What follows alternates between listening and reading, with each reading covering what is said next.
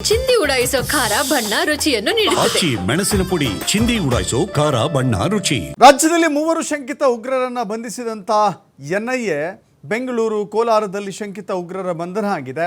ಬೆಂಗಳೂರು ಕೋಲಾರದ 5 ಕಡೆಗಳಲ್ಲಿ ರಾಷ್ಟ್ರೀಯ ತನಿಖಾ ದಳ ದಾಳಿ ಮಾಡಿದೆ. ಉಗ್ರನ ಜೊತೆ ಸಂಪರ್ಕದಲ್ಲಿದ್ದಂಥ 3ರನ್ನ ಅರೆಸ್ಟ್ ಮಾಡಲಾಗಿದೆ. 3ರನ್ನ ಬಂಧಿಸಿ ಎನ್ಐಎ ತೀವ್ರ ವಿಚಾರಣೆಯನ್ನು ಕೈಗೊಳ್ತಾ ಇದೆ. ಪರಪ್ಪನ ಅಗ್ರಹಾರದ ಜೈಲಿನ ಮನೋವೈದ್ಯ ಡಾಕ್ಟರ್ ನಾಗರಾಜ್, ಪರಪ್ಪನ ಅಗ್ರಹಾರದ ಜೈಲಿನಲ್ಲಿ ಎಎಸ್ಐ ಆಗಿದ್ದ ಚಾಂದ್ ಪಾಷಾ, ಅನೀಸ್ ಫಾತಿಮಾಳನ್ನು ಎನ್ಐಎ ಅಧಿಕಾರಿಗಳು ಬಂಧಿಸಿದ್ದಾರೆ. ಲಷ್ಕರ್ ಎ ತೊಯ್ಬಾ ಸಂಘಟನೆಯ ಸೇರುವಂತೆ ಪ್ರಚೋದನೆ ಕೊಡ್ತಾ ಇತ್ತು. ಜೈಲಿನಲ್ಲಿರುವಂಥ ಖೈದಿಗಳನ್ನು ಉಗ್ರ ನಾಸೀರ್ ಪ್ರೇರೇಪಿಸ್ತಾ ಇದ್ದ. ನೋಡಿ, ಸಣ್ಣ ಪುಟ್ಟ ಗಲಭೆಗಳನ್ನು ಮಾಡಿಕೊಂಡು ಸಣ್ಣ ಪುಟ್ಟ ಘಟನೆಗಳಲ್ಲಿ ಭಾಗಿಯಾಗಿಯೋ ಆ ಪ್ರಕರಣದಲ್ಲಿ ಜೈಲು ಸೇರಿದಂಥ ವ್ಯಕ್ತಿಗಳನ್ನು ಟಾರ್ಗೆಟ್ ಮಾಡೋದು. ಹೇಗೋ ನಾಸೀರ್ ಜೈಲಿನಲ್ಲಿದ್ದ, ಅವನು ಆ ಜೈಲಿನಲ್ಲಿದ್ದಂಥ ಸಹಕೈದಿಗಳಿಗೆ ಹೇಳ್ತಾ ಇದ್ದ, ನೀವು ಕೂಡ ನಮ್ಮ ಉಗ್ರ ಸಂಘಟನೆಯನ್ನು ಸೇರಿಕೊಳ್ಳಿ, ಲಷ್ಕರ್ ಎ ತೊಯ್ಬಾ ಸಂಘಟನೆಯನ್ನು ಸೇರಬೇಕು ಅಂತ ಹೇಳಿ ಇವರು ಪ್ರಚೋದನೆ ಕೊಡ್ತಾ ಇದ್ದರು. ಜೈಲಿನಲ್ಲಿದ್ದಂಥ ವ್ಯಕ್ತಿಗಳನ್ನು ಟಾರ್ಗೆಟ್ ಮಾಡ್ತಾ ಇದ್ದರು. ಅವರಿಗೆ ಮನಸ್ಸು ಬದಲಾವಣೆ ಮಾಡಿ ಇಂಥ ಉಗ್ರ ಸಂಘಟನೆ ಜೊತೆ ಕೈ ಜೋಡಿಸಬೇಕು ಅಂತ ಹೇಳಿ ಪ್ರೇರೇಪಣೆ ಕೊಡ್ತಾ ಇದ್ದರು. ಈಗ ರಾಷ್ಟ್ರೀಯ ತನಿಖಾ ದಳ ಈ 3ರನ್ನು ಬಂಧಿಸಿದೆ. 3 ಕಡೆಗಳಲ್ಲೂ ಕೂಡ ಶೋಧವನ್ನು ಮಾಡ್ತಾ ಇದೆ. ಬೆಂಗಳೂರು, ಕೋಲಾರ ಮತ್ತು ಇವರಿಗೆ ಸಂಬಂಧಪಟ್ಟ ಜಾಗಗಳಲ್ಲಿ ಶೋಧವನ್ನು ಮಾಡ್ತಾ ಇದೆ ರಾಷ್ಟ್ರೀಯ ತನಿಖಾ ದಳ.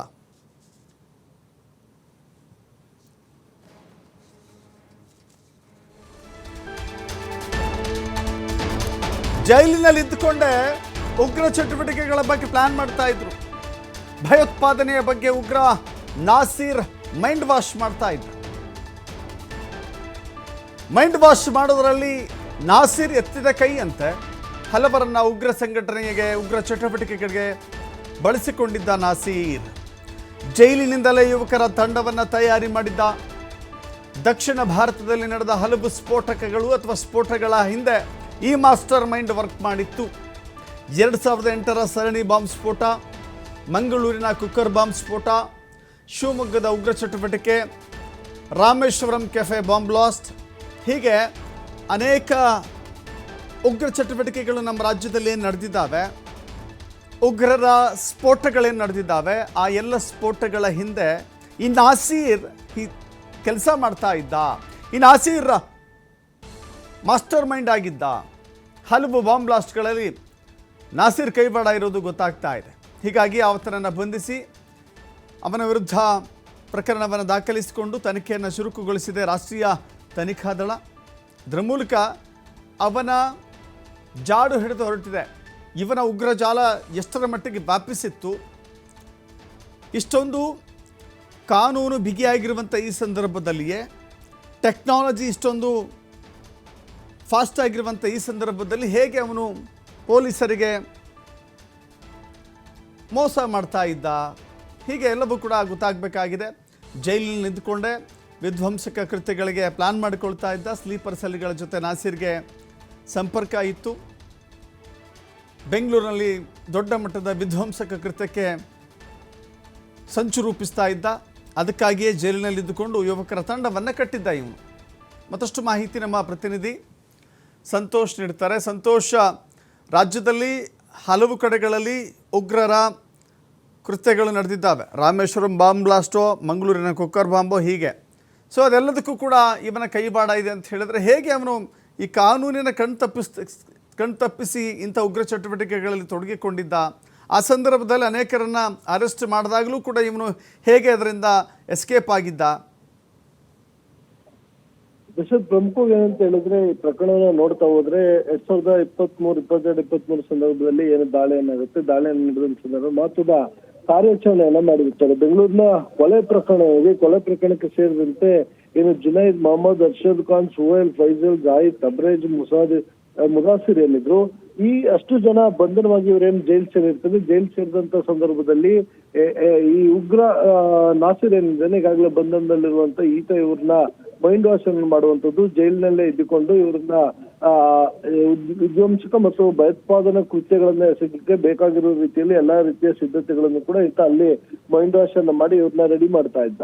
ಸೊ ಈ ರೀತಿಯಾಗಿ ಅಲ್ಲಿಂದ ರೆಡಿಯಾಗಿ ಬಂದಂತಹ ಯುವಕರೇನು ಬೇಲ್ ಮೇಲೆ ಹೊರಗೆ ಬರುತ್ತೆ. ಬಂದ ನಂತರ ವಿಧ್ವಂಸಕ ಕೃತ್ಯಗಳನ್ನ ಎಸಗಲಿಕ್ಕೆ ಬೇಕಾಗಿರುವ ಎಲ್ಲಾ ತಯಾರಿಗಳನ್ನ ಮಾಡ್ಕೊಂಡಿರ್ತಾರೆ. ದೊಡ್ಡ ಮಟ್ಟದ ವಿಧ್ವಂಸಕ ಕೃತ್ಯಗಳು ಆಗಬೇಕು ಅಂತ ಹೇಳಿ ಇವ್ರು ಪ್ಲಾನ್ ಅನ್ನ ಮಾಡ್ಕೊಂಡಿರ್ತಾರೆ.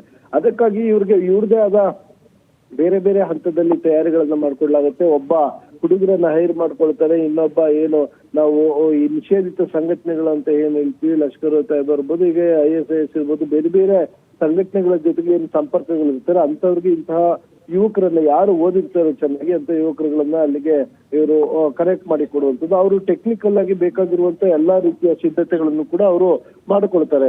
ಮತ್ತೊಂದು ಕಡೆ ಯಾರು ತೀರಾ ವಿದ್ಯಾವಂತರಾಗಿರೋದಿಲ್ಲ ಅಂತವರನ್ನು ಕೂಡ ಇವರು ಸಿದ್ಧಪಡಿಸುವಂಥದ್ದು. ಅವ್ರನ್ನ ಏನು ಒಂದು ಕಡೆಯಿಂದ ಮತ್ತೊಂದು ಕಡೆಗೆ ವಸ್ತುಗಳನ್ನ ಏನು ಸ್ಫೋಟಕಗಳೇನಂತೆ ಈ ಸ್ಫೋಟಕಗಳನ್ನ ಇವರು ಒಂದು ಕಡೆಯಿಂದ ಮತ್ತೊಂದು ಕಡೆಗೆ ಸಾಗಾಟನೆ ಮಾಡ್ಲಿಕ್ಕೆ ಬೇಕಾದ ರೀತಿಯಲ್ಲಿ ಬಳಸ್ಕೊಳ್ಳುವಂಥದ್ದು.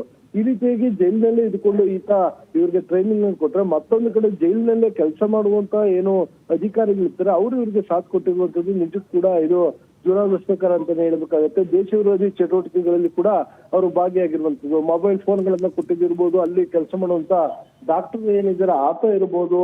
ಸೊ ಹೀಗೆ ಬೇರೆ ಬೇರೆ ಹಂತಗಳಲ್ಲಿ ಇವರು ಅವ್ರಿಗೆ ಬೇಕಾದಂತೆ ಫೋನ್ ಕೊಡೋ ಮುಖಾಂತರ, ವಾಕಿಟಾಕಿ ಕೊಡೋ ಮುಖಾಂತರ, ಮೆಸೇಜ್ಗಳನ್ನ ಪಾಸ್ ಮಾಡುವ ಮುಖಾಂತರ, ಹೀಗೆ ಬೇರೆ ಬೇರೆ ಹಂತದಲ್ಲಿ ಇವರು ಉಗ್ರ ಚಟುವಟಿಕೆಗಳಿಗೆ ಬೇಕಾಗಿರುವಂತಹ ಸಹಾಯಗಳನ್ನ ಮಾಡಿರುವಂತದ್ದು. ಸೊ ಇದು ಏನು ಪೊಲೀಸರು ಈ ಹಿಂದೆ ದಾಳಿ ನಡೆಸುವಂತ ಸಂದರ್ಭದ ನಂತರ ಯಾವುದೇ ಅಂತ ಇನ್ಸಿಡೆಂಟ್ಗಳು ಆದಾಗ, ಯಾವುದೇ ಉಗ್ರ ಚಟುವಟಿಕೆಗಳಲ್ಲಿ ಭಾಗಿಯಾಗಿರುವಂತ ಶಂಕಿತರನ್ನ ಬಂಧನವನ್ನು ಮಾಡಿದಾಗ ಅವರು ಮತ್ತು ಅವರ ಸಂಪರ್ಕದಲ್ಲಿ ಇದ್ದಂತವರ ಎಲ್ಲಾ ರೀತಿಯ ಚಟುವಟಿಕೆಗಳನ್ನು ಯಾವಾಗಲೂ ಕೂಡ NIA ಅಧಿಕಾರಿಗಳು ಸದಾ ಅವ್ರ ಮೇಲೆ ಒಂದು ನಜರ್ ಅಂತ ಏನ್ ಹೇಳ್ತೀವಿ, ಕಣ್ಣನ್ನ ಇಟ್ಟಿರ್ತಾರೆ. ಕಣ್ಣನ್ನ ಇಟ್ಟು ಅವ್ರ ಬಗ್ಗೆ ಪರಿಶೀಲನೆ ಮಾಡ್ತಾ ಇರ್ತಾರೆ, ಮಾಹಿತಿಯನ್ನ ಕಲೆ ಹಾಕ್ತಿರ್ತಾರೆ. ಅವರ ಆಕ್ಟಿವಿಟೀಸ್ ಇರ್ಬೋದು, ಬ್ಯಾಂಕ್ನ ಹಣಕಾಸಿನ ವಹಿವಾಟುಗಳಿರ್ಬೋದು, ಎಲ್ಲದ್ರ ಮೇಲೆ ಕೂಡ ಒಂದು ನಿಗಾವನ್ನು ಇಟ್ಟಿರ್ತಾರೆ. ಆ ರೀತಿಯಾಗಿ NIA ಅಧಿಕಾರಿಗಳು ಕಲೆ ಹಾಕಿದಂತ ಮಾಹಿತಿಯನ್ನು ಆಧಾರಗೊಳಿಸಿಕೊಂಡು ದಾಳಿ ನಡೆಸುವ ಸಂದರ್ಭದಲ್ಲಿ ಇವರು ಕೂಡ ಈ ಪ್ರಕರಣದಲ್ಲಿ ಭಾಗಿಯಾಗಿದ್ದ ಬಗ್ಗೆ ಸದ್ಯ ಮಾಹಿತಿಗಳು ಮತ್ತು ಸಾಕ್ಷ್ಯಾಧಾರಗಳು ಪತ್ತೆಯಾಗಿದೆ. ಅದನ್ನ ಆಧಾರವಾಗಿಟ್ಕೊಂಡು ರೌಡಿಸಂ ಕೂಡ ಬಂಧಿಸಿರುವಂತದ್ದು. ಇನ್ನ ಟೆರರಿಸಂ ಬಗ್ಗೆ ಏನೋ ಮೈಂಡ್ ವಾಶ್ ಮಾಡೋದೇನಂತೆ ಇದರಲ್ಲಿ ನಾಸಿರ್ ಈತ ಎತ್ತಿದ ಕೈ ಈತ ಜೈಲಿನಲ್ಲಿ ಇದ್ಕೊಂಡೇ ಯುವಕರನ್ನ ಕರ್ಕೊಂಡ್ ಬರುವಂತದ್ದು, ತನ್ನ ಧರ್ಮದ ಬಗ್ಗೆ ಹೇಳ್ತಾ ಯುವಕರನ್ನ ದಿಕ್ಕನ್ನ ತಪ್ಪಿಸುವಂತದ್ದು. ನೀವು ಉಗ್ರ ಚಟುವಟಿಕೆಗಳಲ್ಲಿ, ವಿಧ್ವಂಸಕ ಕೃತ್ಯಗಳಲ್ಲಿ ಏನಾದ್ರು ಭಾಗಿಯಾದ್ರೆ ನಿಮ್ಗೆ ಮುಕ್ತಿ ಸಿಗುತ್ತೆ ಮತ್ತೆ ಧರ್ಮಕ್ಕಾಗಿ ಹೋರಾಟಗಳನ್ನ ಮಾಡ್ಬೇಕು ಅಂತ ಹೇಳಿ ಈತ ಅವ್ರಿಗೆ ಮೈಂಡ್ ವಾಶ್ ಅನ್ನ ಮಾಡ್ತಾ ಇದ್ದ. ಸೊ ಅದ್ರ ಜೊತೆಗೆ ಹಣದ ಆಮಿಷಗಳನ್ನು ಕೂಡ ಏನು ಒಡ್ತಾ ಇದ್ರು. ಹೀಗಾಗಿ ಯುವಕರನ್ನು ದಾರಿ ತಪ್ಪಿಸಿ ಇಂಥ ವಿಧ್ವಂಸ ಕೃತ್ಯಗಳಲ್ಲಿ ಈತ ಕರ್ಕೊಂಡ್ ಬರ್ತಾ ಇದ್ದ ಅನ್ನೋ ಮಾಹಿತಿ ಇರುವಂತದ್ದು.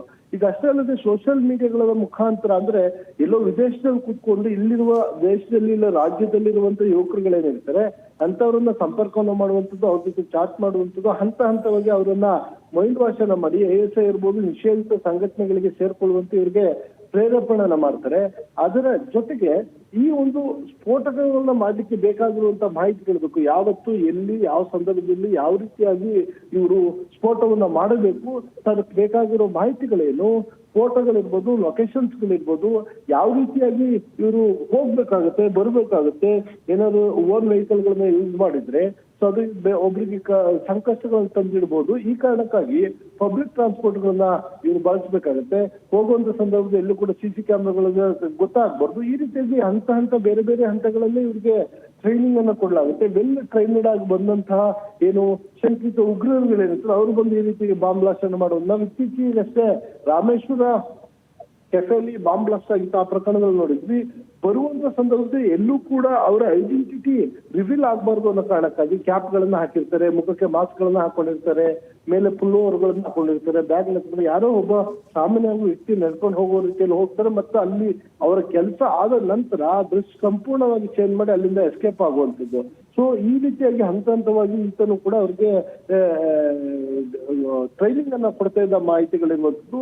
ಸದ್ಯ NIA ಅಧಿಕಾರಿಗಳು ಈಗಾಗಲೇ ವಶಕ್ಕೆ ಪಡ್ಕೊಂಡಿರೋರನ್ನ ವಿಚಾರಣೆ ನಡೆಸಿದ್ರೆ ಇದರಿಂದ ಆಚೆಗೆ ಇನ್ನು ಯಾರೆಲ್ಲ ಈ ಕೃತ್ಯಗಳಲ್ಲಿ ಭಾಗಿಯಾಗಿರೋದ್ರ ಬಗ್ಗೆ ಕೂಡ ಮತ್ತಷ್ಟು ಸ್ಫೋಟಕ ವಿಚಾರಗಳು ಹೊರಬೀಳುವ ಸಾಧ್ಯತೆ ಇರುವಂತದ್ದು. ದಶರಥ್ ನೋಡಿ, ಸಾಮಾನ್ಯವಾಗಿ ಜೈಲಿನಲ್ಲಿರುವಂಥವ್ರಿಗೆ ಜೈಲುಗಳನ್ನು ಶೋಧ ಮಾಡಿದಾಗ ಕೆಲವಷ್ಟು ಕಡೆ ಮೊಬೈಲ್ ಸಿಗುತ್ತೆ, ಅವ್ರಿಗೆ ಬೇಕಾದ ಪರಿಕರಗಳು ಸಿಗುತ್ತೆ, ಇಲ್ಲೀಗಲ್ ಆಗಿ ಸಪ್ಲೈ ಮಾಡಿರ್ತಾರೆ. ಬಟ್ ಇಲ್ಲಿ ಇವರು ಉಗ್ರರು ಅಂತ ಗೊತ್ತಿದ್ದೇ ಇವೆಲ್ಲವನ್ನು ಕೂಡ ಪೂರೈಕೆ ಮಾಡಲಾಯ್ತು ಅನ್ನೋದು ಬಹಳ ಮೇಜರ್ ಪ್ರಶ್ನೆ ಇಲ್ಲಿ.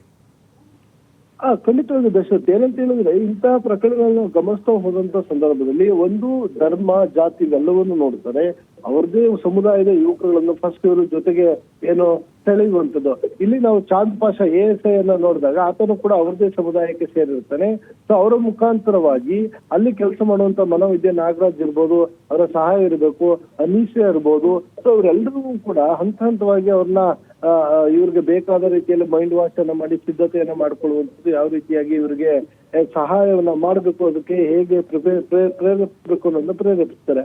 ಇದಾದ ಬಳಿಕ ನಾನು ಮೊದಲೇ ಹೇಳಿದ್ರೆ ಹಣಕಾಸಿನ ಸಹಾಯಗಳು ಏನಿರುತ್ತೆ, ಹಣಕಾಸಿನ ಆಮಿಷಗಳೇನಿರುತ್ತೆ, ಇವೆಲ್ಲವನ್ನೂ ಕೂಡ ಅವರು ಕೊಡುತ್ತಾರೆ. ಹಣಕಾಸಿನ ಆಮಿಷಗಳನ್ನ ಒಡ್ಡಿ ಅವರನ್ನು ಕೂಡ ಅಂದ್ರೆ ಅದೇ ರೀತಿಯಾಗಿ ಹಣಕಾಸಿನ ಆಸೆಗೆ ಬಿದ್ದಿರುವಂತ ಇವರು ದೇಶ ವಿರೋಧಿ ಚಟುವಟಿಕೆಗಳು ಕೂಡ ಭಾಗಿಯಾಗ್ತಾರೆ. ಸೊ ಇದಷ್ಟೇ ಅಲ್ಲದೆ ಈ ನಾಸಿರ್ ಏನಿದ್ದಾರೆ ಈ ಒಂದು ರೀತಿಯಲ್ಲಿ ASI ಇರ್ಬೋದು, ನಿಷೇಧಿತ ಸಂಘಟನೆಗಳಲ್ಲಿ ಹಲವರು ಕೇವಲ ಯುವಕರುಗಳನ್ನ ಇಂತಹ ದೇಶ ವಿರೋಧಿ ಚಟುವಟಿಕೆಗಳಿಗೆ ಭಾಗಿಯಾಗ್ಲಿಕ್ಕೆ ಯಾವ ರೀತಿಯಾಗಿ ಸಿದ್ಧತೆಯನ್ನ ಮಾಡಬೇಕು, ಅವ್ರನ್ನ ಯಾವ ರೀತಿಯಾಗಿ ಮನಸೆಳಿಬೇಕು, ಅವ್ರನ್ನ ಪ್ರೇರೇಪಣೆ ಮಾಡುವಂತದ್ದು ಹೇಗೆ, ಯಾರನ್ನ ನೀವು ಪಿಕ್ ಮಾಡಬೇಕು, ಹೀಗೆ ಹಂತ ಹಂತವಾಗಿ ಬೇರೆ ಬೇರೆ ಹಂತಗಳಲ್ಲಿ ಅದನ್ನ ಮೊದಲಿಂದನೂ ಕೂಡ ಇವ್ರಿಗೆ ಟ್ರೈನ್ ಅನ್ನು ಮಾಡಿ ಕಳ್ಸಿರ್ತಾರೆ. ಅದರ ಜೊತೆಗೆ ಧರ್ಮದ ಬಗ್ಗೆ ಇಲ್ಲ ಜಾತಿಯ ಬಗ್ಗೆ ಬೇಕಾಗಿರುವಂತ ಕೆಲವೊಂದು ಪೋಸ್ಟ್ಗಳನ್ನ ಹಾಕೋದು, ವಿಡಿಯೋಗಳನ್ನ ಹಾಕುವಂಥದ್ದು. ಅದನ್ನ ನೋಡಿದಾಗ ನಿಧಾನವಾಗಿ ಒಂದು ವರ್ಷ ಇರ್ಬೋದು, 6 ತಿಂಗಳಿರ್ಬೋದು, 2 ವರ್ಷಗಳ ಕಾಲ ಇವರು ವೆಯ್ಟ್ ಮಾಡ್ತಾರೆ. ಆ ಯುವಕ ಯಾವ ರೀತಿಯಾಗಿ ಅದಕ್ಕೆ ವ್ಯತಿರಿಕ್ತವಾಗಿ ಒಂದು ಪ್ರತಿಕ್ರಿಯೆಯನ್ನ ಕೊಡ್ತಾ ಇರ್ತಾನೆ, ಅದನ್ನ ಆಧಾರವಾಗಿ ಇಟ್ಕೊಂಡು ಇವನ್ನ ತಮ್ಮ ಸಂಘಟನೆಗೆ ಸೇರ್ಸ್ಕೊಳ್ಬೋದಾ ಸೇರ್ಸ್ಕೊಳ್ಬಾರ್ದಾ ಈ ರೀತಿಯಾಗಿ ಯೋಚನೆಯನ್ನ ಮಾಡಿ ಇವ್ರನ್ನ ಹೈರ್ ಮಾಡ್ತಾ ಇರ್ತಾರೆ. ಹೈರ್ ಮಾಡಿದ ನಂತರ ಅವ್ರ ಕೆಲಸ ಅಷ್ಟಕ್ಕೆ ಮುಗಿದೋಗುತ್ತೆ. ಇಂತಹ ಯುವಕನನ್ನ ಹೈರ್ ಮಾಡಬಹುದು, ತೆಗೆದುಕೊಳ್ಳಿ. ಸೊ ಅಲ್ಲಿಗೆ ಹೇಳಿದ ನಂತರ ಅಲ್ಲಿಗೆ ಅವರ ಲಿಂಕ್ ಏನಿರುತ್ತೆ, ASI ಇರ್ಬೋದು, ಉಗ್ರ ನಿಷೇಧಿತ ಸಂಘಟನೆಗಳಿರ್ತವೆ, ಅವು ಅಲ್ಲಿಗೆ ಸ್ಟಾಪ್ ಆಗ್ತವೆ. ಮತ್ತೆ ಇನ್ಯಾರು ಅದನ್ನ ಕಂಟಿನ್ಯೂ ಮಾಡ್ತಾನೆ. ಸೊ ಯಾವೊಬ್ಬ ವ್ಯಕ್ತಿ ಕೂಡ ಇದರಲ್ಲಿ ಶಂಕಿತ ಉಗ್ರ ಇರ್ಬೋದು, ವಿಧ್ವಂಸಕ ಕೃತ್ಯಗಳಲ್ಲಿ ಭಾಗಿಯಾಗುವಂತ ದೇಶ ವಿರೋಧಿಗಳು ಏನಿರ್ತಾರೆ, ಇವರು ಒಬ್ರಿಗೊಬ್ರು ಇಂಟರ್ಲಿಂಕ್ ಗಳನ್ನ ಇಟ್ಕೊಂಡಿರಲ್ಲ, ಕೇವಲ ಮುಖಗಳನ್ನು ಕೂಡ ನೋಡಿರಲ್ಲ, ಹೆಸರುಗಳನ್ನ ಒಬ್ರಿಗೊಬ್ರು ಹೇಳ್ಕೊಂಡಿರ್ತಾರೆ. ಆ ಹೆಸರುಗಳು ಕೂಡ ಸುಳ್ಳಾಗಿರುತ್ತೆ. ಅವರು ಇಟ್ಕೊಂಡಿರುವಂತ ರಿಯಲ್ ಹೆಸರು ಒಂದು ಬೇರೆ ಇರುತ್ತೆ, ಮತ್ತೊಂದು ಬೇರೆ ಹೆಸರುಗಳಿರುತ್ತೆ. ಸೊ ಹೀಗಾಗಿ ಒಬ್ರಿಗೊಬ್ರಿಗೆ ಯಾವುದೇ ಲಿಂಕ್ಗಳನ್ನ ಇಟ್ಕೊಂಡಿರಲ್ಲ. ಮತ್ತೊಂದು ಕಡೆ ಏನಾಗುತ್ತೆ ಅಂದ್ರೆ ಇವರು ಬಂದಂತ ಸಂದರ್ಭಗಳಲ್ಲಿ ಒಬ್ಬ ವ್ಯಕ್ತಿಯನ್ನ ಕರ್ಕೊಂಡು ಹೋಗಿ ಒಂದು ಸ್ಪಾಟ್ಗೆ ಬಿಟ್ಟು ಹೋದ್ರೆ ಪಿಕಪ್ ಅಂಡ್ ಡ್ರಾಪ್ ಅಂತ ಹೇಳಿ ಅದಕ್ಕೊಬ್ಬರು ನೇಮಕ ಮಾಡ್ಕೊಳ್ತಾರೆ. ಸೊ ಅಲ್ಲಿರುವಂತ ಸ್ಫೋಟಕಗಳನ್ನು ತೆಗೆದುಕೊಡಕ್ ಒಬ್ಬರನ್ನ ನೇಮಕವನ್ನ ಮಾಡ್ಕೊಳ್ತಾರೆ. ಸೊ ಎಲ್ಲಿ ಇರಬೇಕು, ಒಂದು ರೂಮ್ ಬೇಕು ಅಂತ ಹೇಳಿದ್ರೆ ಅವ್ರಿಗೆ ಒಂದು ರೂಮ್ ಮಾಡ್ಕೊಳಕ್ ಒಬ್ಬರು ನೇಮಕ ಮಾಡ್ಕೊಳ್ತಾರೆ. ಈಗ ಬೇರೆ ಬೇರೆ ಹಂತ ಹಂತವಾಗಿ ಏನು ಈ ಉಗ್ರ ಸಂಘಟನೆಗಳ ಕೆಲಸವನ್ನ ಮಾಡ್ತವೆ. ಸೊ ಹೀಗಾಗಿ NIA ಅಧಿಕಾರಿಗಳು ಪ್ರತಿ ಹಂತದಲ್ಲಿ ಇವರ ಮೇಲೆ ನಜರನ್ನ ಇಟ್ಟು ಸದ್ಯ ಈ ಒಂದು ಆಕ್ಷನ್ ಅನ್ನ ಮಾಡಿರುವಂತದ್ದು ನಿಜಕ್ಕೂ ದೊಡ್ಡ ಮಟ್ಟದಲ್ಲಿ ಆಗ್ಬೇಕಾಗಿದ್ದಂತಹ ವಿಧ್ವಂಸಕ ಕೃತ್ಯಗಳಿಗೆ ಒಂದು ತಡೆ ಹಾಕಿರುವಂತದ್ದು. Dasharath, thank you Santosh.